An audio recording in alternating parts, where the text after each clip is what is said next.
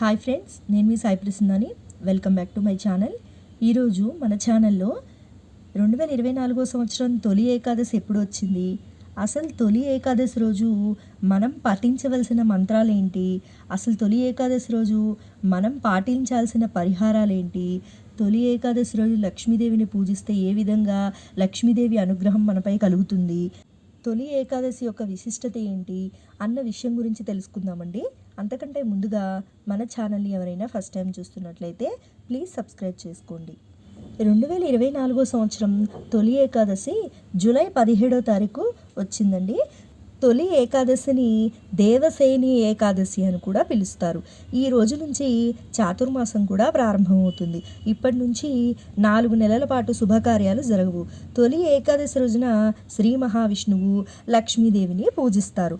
విష్ణుమూర్తి తొలి ఏకాదశి నుంచి యోగ నిద్రలోకి వెళ్తారు.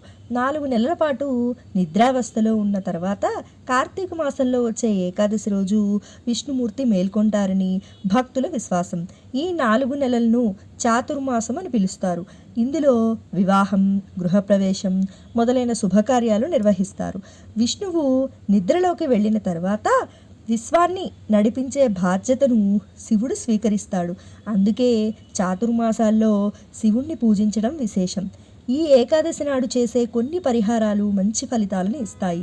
లక్ష్మీదేవి ఆశీస్సులు లభిస్తాయి. తొలి ఏకాదశి పరిహారాలు: శ్రీ మహావిష్ణువుని పూజిస్తే లక్ష్మీదేవి స్వయంగా మీ వద్దకు వస్తుంది. కావున ఈరోజు సాయంత్రం పూట చెట్టు కింద దీపం వెలిగించాలి. ఈ రోజున శ్రీ మహావిష్ణువు వ్యక్తిగతంగా రావి చెట్టుపై కూర్చుంటాడని చెప్తారు. అంతేకాకుండా ఈరోజు 2 రూపాయలు తీసుకొని దేవుడి పూజలో ఉంచుకోవాలి. ముందుగా భగవంతుణ్ణి పంచామృతంతో అభిషేకం చేయించాలి. ఆపై లక్ష్మీదేవి ముందు ఒక 2 రూపాయలు ఉంచి పూజ చేయాలి.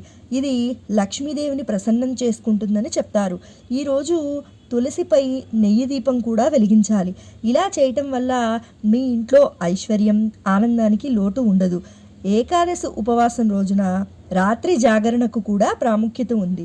కావున ఈ ఏకాదశి రోజు రాత్రి విష్ణుమూర్తిని జపించాలి. అలాగే తొలి ఏకాదశి రోజు పఠించాల్సిన మంత్రాలేంటో తెలుసుకుందాము. ఏకాదశి నాడు మహావిష్ణువుకు సంబంధించిన కొన్ని శక్తివంతమైన మంత్రాలు జపిస్తారు.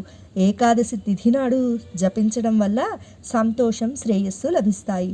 ఓం నమో భగవతే వాసుదేవాయ నమః. ఓం శ్రీ విష్ణవే చ విద్మహే వాసుదేవాయ ధీమహి తన్నో విష్ణు ప్రచోదయాత్. కృష్ణ వాసుదేవాయ హరాయ పరమాత్మనే పురాణాంతః కాళేశాయ గోవిందాయ నమో నమః. ఓం శ్రీకృష్ణ శరణం మమ. హరే కృష్ణ కృష్ణ కృష్ణ హరే హరే, హరే రామ రామ రామ హరే హరే. ఈ విష్ణు మంత్రాలు పఠించడం వల్ల జీవితంలో సంతోషం, శ్రేయస్సు లభిస్తుందని నమ్ముతారు. బాధల నుంచి విముక్తి కలుగుతుంది. భయం అనేది ఉండదు. వృత్తిపరంగా ఎదుగుదల ఉంటుంది. ఈ మంత్రాలు అదృష్టాన్ని ప్రసాదిస్తాయి. గతంలో చేసిన పాపాలు తొలగిపోయేందుకు సహాయపడతాయి.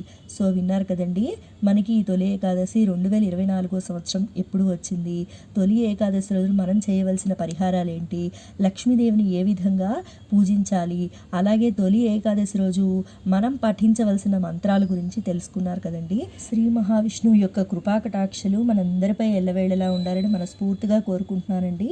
నా వీడియో మీకు ఇన్ఫర్మేటివ్గా అనిపించిందని అనుకుంటున్నాను. నా వీడియో మీకు నచ్చినట్లయితే లైక్ చేయండి, షేర్ చేయండి. కొత్త వాళ్ళు మన ఛానల్ చూస్తున్నట్లయితే సబ్స్క్రైబ్ చేసుకోండి. ముందుగా అందరికీ తొలి ఏకాదశి శుభాకాంక్షలు. సర్వేజన సుఖినో భవంతు, సర్వే సృజన సుఖినో భవంతు. ధన్యవాదాలు.